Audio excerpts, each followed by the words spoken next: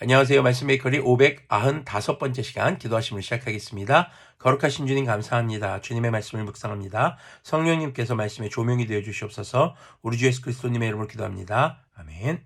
네, 오늘 보실 말씀은 창세기 37장 1절에서 36절까지의 말씀입니다. 야곱은 자기 아버지가 머무쳐 살던 땅 곧 가나안 땅에서 살았다. 야곱의 역사는 이러하다. 17살 된 소년 요셉이 아버지의 첩들인 비라와 실바가 낳은 형들과 함께 양을 치는데 요셉은 형들의 허물을 아버지에게 일러 바치곤 하였다. 이스라엘은 그 늙음하게 요셉을 얻었으므로 다른 아들들보다 요셉을 더 사랑하여서 그에게 화려한 옷을 지어서 입혔다. 형들은 아버지가 그를 자기보다 더 사랑하는 것을 보고서 요셉을 미워하며 그에게 말 한마디도 다정스럽게 하는 법이 없었다. 한 번은 요셉이 꿈을 꾸고 나서 그것을 형들에게 말한 일이 있는데 그 일이 있은 뒤로부터 형들은 그를 더욱더 미워하였다. 요셉이 형들에게 말하였다. 내가 꾼 꿈 이야기를 한번 들어보셔요. 우리가 밭에서 곡식 단을 묶고 있었어요. 그런데 갑자기 내가 묶은 단이 우뚝 일어서고 형들의 단이 나의 단을 둘러서서 절을 하였어요. 형들이 그에게 말하였다. 내가 우리의 왕이라도 될성 싶으냐? 정말로 내가 우리를 다스릴 참이냐? 형들은 그의 꿈과 그가 한 말 때문에 그를 더욱더 미워하였다. 얼마 뒤에 그는 또 다른 꿈을 꾸고 그것을 형들에게 말하였다. 들어보셔요. 또 꿈을 꾸었어요. 이번에는 해와 달과 별 11개가 나에게 절을 하였어요. 그가 아버지와 형들에게 이렇게 말할 때에 그의 아버지가 그를 꾸짖었다. 내가 꾼 그 꿈이 무엇이냐? 그래, 나하고 너의 어머니하고 너의 형들이 함께 너에게로 가서 땅에 엎드려서 너에게 절을 할 것이란 말이냐? 그의 형들은 그를 시기하였지만 아버지는 그 말을 마음에 두었다. 자, 우리가 익히 알고 있는 요셉에 대한 이야기가 펼쳐집니다. 자, 그런데 우리가 여기서 기억해야 될 것은 2절입니다. 야곱의 역사는 이러하다. 지금 요셉의 이야기 같잖아요. 아닙니다. 야곱의 역사에 대한 이야기, 바로 야곱에 대한 이야기라는 것입니다. 자, 그럼 야곱의 역사는 여러 가지가 있을 것입니다. 그 중에서도 요셉 이야기하면 우리가 떠올릴 수 있는 것이 바로 이집트 땅에 가게 되는 그런 사건들이죠. 그런데 사실 엄밀하게 따지고 보면 야곱의 역사에서 중요한 부분이 바로 이 부분을 해결해야 되는 부분이라는 것입니다. 그것은 뭐냐면 바로 편애입니다. 자, 야곱도 아버지에게 편애를 당했습니다. 이삭도 지금 에서를 더 좋아했어요. 그래서 하나님께서는 이미 야곱에게 맏아들의 권리를 주고 정말 야곱을 통해서 하나님의 놀라운 언약을 실행하시겠다는 그런 의지를 밝히셨음에도 지금 이삭도 자기가 좋은 에서에게 그 복을 주고 싶었던 것이죠. 자, 지금 이 야곱도 보면은 다른 형제들에 비해서 누구를 더 사랑합니까? 요셉을 더 사랑합니다. 이유는요. 우리가 말씀 메이커를 쭉 해왔으니까 알잖아요. 라헬의 아들입니다. 자기가 사랑하는 라헬의 아들이죠. 요셉의 동생 베냐민을 낳았다가 이제 죽었던 그 사랑하는 아내가 낳은 아들이었다라는 것입니다. 자, 그런데 그 편애가 어떻게 나타나냐면 일단 옷부터 달라요. 채색 옷을 입습니다. 한마디로 명품 옷입니다. 화려한 옷입니다. 이것은 일할 때 입는 옷이 아니에요. 자, 그럼 멋진 옷을 입혀주고 또 거기다가 이 요셉이 아주 얄미워요. 형들이 하는 일을 아버지에게 일러 바치곤 하였다. 2절 후반부에서 말하고 있죠. 굉장히 형들한테 미움살 만한 짓을 합니다. 그런데 이것을 더 가중시키는 사건이 벌어집니다. 바로 그것은 꿈입니다. 요셉이 꿈을 꾸었는데 자, 형들과 함께 일을 하고 있었어요. 그런데 자신이 묶은 곡식단이 벌떡 일어서더니 다른 형들이 묶은 곡식단이 자기에게 절을 했다라는 말이죠. 자, 이것은 누가 봐도 뭡니까? 형들이 나를 섬길 거야 라는 것입니다. 자, 그러면 이 꿈을 꾸게 한 건 사실 하나님입니다. 요셉이 이런 꿈을 꾸게 해달라거나 자신이 형들보다 더 높아지고 싶다거나 이런 것을 생각했다기보다는 하나님이 어떻게 보면 하나님의 계획을 말씀하시는 겁니다. 보여주는 겁니다. 그런데 요셉이 뭐예요? 설레발치고 있죠. 내가 형들보다 높아질 거야. 그런데 여기서 문제는 형들에게 그걸 쫄래쫄래 가서 또 얘기하고 있다는 겁니다. 자기가 미움받는 걸 알면서도 말이죠. 굉장히 아주 얄미운 그런 동생이에요. 그냥 막내는 베냐민이죠. 네, 그냥 아주 그냥 얄미워요. 그러다 또 하나 꿈을 꿉니다. 해, 달, 별 11개가 자기에게 절한다. 이번에는 아버지, 어머니를 상징하는 해와 달. 그러니까 이제 요셉도 이야기를 하지만 11절 보면요. 형들은 그를 시기하였지만 아버지는 그 일을 마음에 두었다. 형들은 전부 그 얘기를 듣고 뭐 저런 놈이 다 있냐 이러면서 그랬지만 아버지 야곱만큼은 이 일을 기억해두고 있었다라는 것을 우리가 눈여겨볼 필요가 있겠습니다. 지금 이 문제의 원인은요, 결국 야곱이 자식들을 편애하는 과정에서 형제들 간에 갈등이 생기기 시작합니다. 자, 그 갈등이 이제 어떤 모습으로까지 치닫게 되는지 12절부터 보겠습니다. 그의 형들은 아버지의 양떼를 치려고 세겜 근처로 갔다. 이스라엘이 요셉에게 말하였다. 내가 알고 있듯이 너의 형들이 세겜 근처에서 양을 치지 않느냐? 내가 너를 너의 형들에게 좀 보내야겠다. 요셉이 대답하였다. 다녀오겠습니다. 이스라엘이 요셉에게 말하였다. 너의 형들이 잘 있는지 양들도 잘 있는지를 가서 살펴보고 나에게 와서 소식을 전해다오. 그의 아버지는 헤브론 골짜기에서 그를 떠나보냈다. 요셉이 세겜에 도착하였다. 자, 집에서 다소 먼 곳에 가서 양을 치고 있는 형들입니다. 근데 요셉은 그곳에 이제 안 가 있어요. 그런데 이제 아버지가 형들 소식을 좀 전해줘라.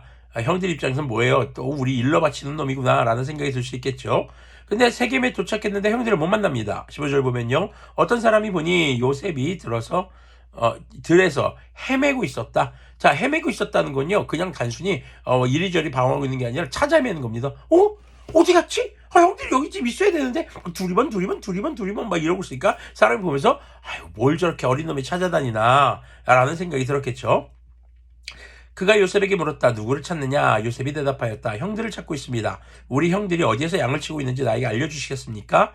그 사람이 대답하였다. 너희 형들은 여기에서 떠났다. 도단으로 가자 하는 말을 내가 들었다. 그래서 요셉은 형들을 뒤따라가서 도단 근처에서 형들이 있는 곳을 알아냈다. 그런데 그의 형들이 멀리서 그를 알아보고서 그를 죽여버리려고 그가 그들에게 가까이 오기 전에 음모를 꾸몄다. 야, 죽여버리려고라는 단어가 나옵니다. 멀리서 보니까 채색 옷, 아주 멋진 옷, 아주 색깔이 화려하고 정말 일할 때는 거추장스럽지만 겁나 입어보고 싶은 저 명품 옷, 그 옷을 입고 오는 아버지의 편애를 온통 뒤집어 쓰고 있는 이 옷은요, 그냥 아버지의 사랑을 지금 막 대표하는 거거든요. 죽여버리자라는 얘기까지 나옵니다. 근데요, 그 배후에는요, 우리가 진짜 저 자식한테 절해야 될 일이 생기는 거 아니야? 라는 불안함이 있었을 수도 있습니다. 자, 19절 계속 보면요, 그들은 서로 마주보면서 말하였다. 야, 저기 꿈꾸는 녀석이 온다. 자, 저 녀석을 죽여서 아무 구덩이나 던져놓고 사나운 들짐승이 잡아먹었다고 하자. 그리고 그 녀석의 꿈이 어떻게 되나 보자.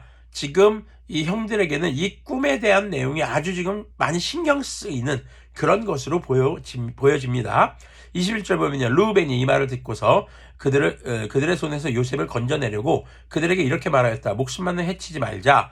피는 흘리지 말자. 여기 들판에 있는 구덩이에 그 아이를 던져 넣기만 하고 그 아이에게 손을 대지는 말자. 르우벤은 요셉을 그들에게서 건져내서 아버지에게 되돌려 보낼 생각으로 이렇게 말한 것이었다. 자, 르우벤은 그럼 요셉을 미워하지 않았던 것일까요? 그러진 않았습니다. 다만 르우벤이 자기가 한 짓이 있어요.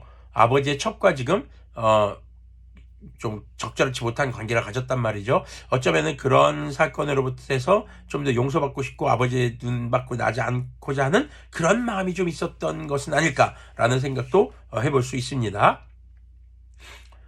자, 23절 계속 보면요, 요셉이 형들에게로 오자 그들은 그의 옷 그가 입은 화려한 옷을 벗기고 그를 들어서 구덩이에 던졌다. 그 구덩이는 비어있고 그 안에는 물이 없었다. 그들이 앉아서 밥을 먹고 있는데 고개를 들고 보니 마침 이스마엘 상인 한때가 길르앗으로부터 오는 것이 눈에 띄었다. 낙타에다가 향품과 유향과 모략을 싣고 이집트로 내려가는 길이었다. 유다가 형제들에게 말하였다. 우리가 동생을 죽이고 그 아이의 피를 덮는다고 해서 우리가 얻는 것이 무엇이냐? 자, 우리는 그 아이에게 손을 대지는 말고 차라리 그 아이를 이스마엘 사람들에게 팔아 넘기자. 아무래도 그 아이는 우리의 형제요, 우리의 피부치이다. 형제들은 유다의 말을 따르기로 하였다. 자, 지금 우리가 죽여서 남는 게 있냐? 그냥 팔자. 우리의 형제인데 그래도 죽이는 건 좀 너무하지 않냐? 하는 유다의 말을 듣습니다. 사실 맏아들은 르우벤인데요. 형제들은 지금 유다의 말을 따르는 것이 굉장히 눈여겨볼 부분입니다.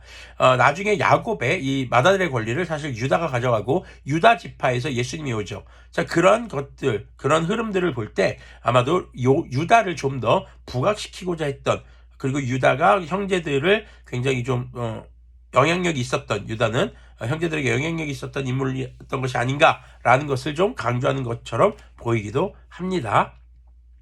그래서 미디안 상인들이 지나갈 때 형제들이 요셉을 구덩이에서 꺼내어 이스마엘 사람들에게 은수무냐게 팔았다. 그들은 그를 이집트로 데리고 왔다. 르우벤이 구덩이로 돌아와 보니 요셉이 거기 없었다. 그는 슬픈 나머지 옷을 찢고서 형제들에게 돌아와서 말하였다. 그 아이가 없어졌다. 나는 이제 어디로 가야 한단 말이냐. 그들은 순념소 한 마리를 죽이고 요셉의 옷을 가지고 가서 거기에 피를 묻혔다. 그들은 피 묻은 그 화려한 옷을 아버지에게로 가지고 가서 말하였다. 우리가 이 옷을 주었습니다. 이것이 아버지 아들의 옷인지 잘 살펴보시기 바랍니다. 자, 여기서도 지금 그들의 좀 마음이 묻어있는 말이 있죠. 아버지의 아들이 오신지. 자신의 동생이라고 안 합니다. 아버지의 아들이라는 표현을 쓰고 있습니다.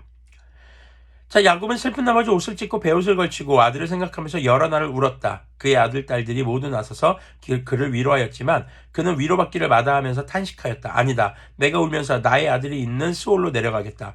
아버지는 잃은 자식을 생각하면서 울었다. 그리고 미디안 사람들은 이집트에서 요셉을 보디발이라는 사람에게 팔았다. 그는 바로의 신하로서 경호대장으로 있는 사람이었다.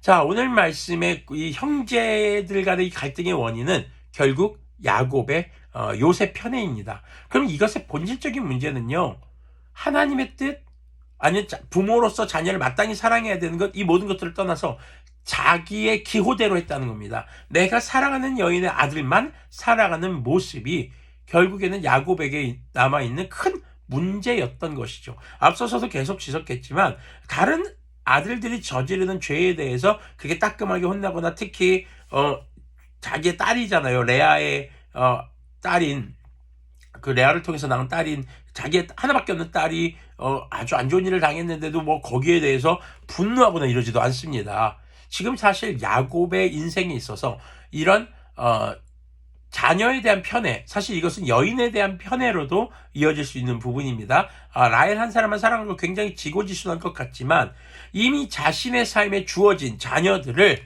돌보지 않고 양육하지 않고 그들을 사랑으로 대하지 않는 것은 굉장히 심각한 문제로 볼 수 있는 것이죠.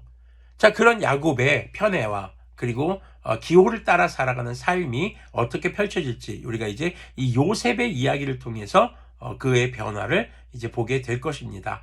오늘 말씀을 통해서 우리는 사람을 대할 때나 또 우리의 삶을 대할 때 또 삶에 이루어지는 일들 무엇인가 선택할 때 있어서 하나님의 뜻과 또 하나님께서 우리에게 주신 삶의 목적보다 나의 기호가 우선이 되는 것은 아닌가, 이런 것들을 우리가 돌아보면서 우리가 우리의 기호를 따라 살기보다는 주님의 뜻을 구하고 또 주님의 인도하심을 바라며 그리고 그리스도인으로서 마땅히 살아가야 할 거룩한 삶, 그리고 우리의 이웃을 우리의 몸과 같이 사랑할 줄 아는 삶으로 살아갈 수 있기를 소망합니다. 기도하겠습니다. 거룩하신 주님 감사합니다. 주님, 야곱이 편애하는 이 모습 때문에 형제들 간에 불화가 생기고 심지어 동생을 죽이고 또 팔아넘기는 이런, 죽이고자 하고 팔아넘기는 이런 문제들이 생겼습니다. 주님, 이런 모습을 바라보면서 내 삶이 나의 기호를 따라 살아가는 거고 있지는 않은지, 또 분노와 화를 조절하지 못해서 비극적인 삶의 선택들을 하고 있지는 않은지 다시 한번 돌아보게 하여 주시고, 주님께서 이 야곱을 이제 이스라엘로 변화시켜가는 과정의 이야기를 보며 나의 삶도 주님께서 거룩하시던 거룩한 삶이 되길 소망하며 우리의 이웃을 우리의 몸과 같이 사랑할 줄 아는 진정한 사랑의 의미를 깨닫는 주님의 자녀들 되도록 인도해 주시옵소서. 우리 주 예수 그리스도님의 이름으로 기도합니다. 아멘. 네, 오늘도 거룩하신 주님의 말씀을 따라 우리의 기호를 따라 살기보다는 주님의 말씀을 따라 살아가는 우리들이 되기를 소망합니다.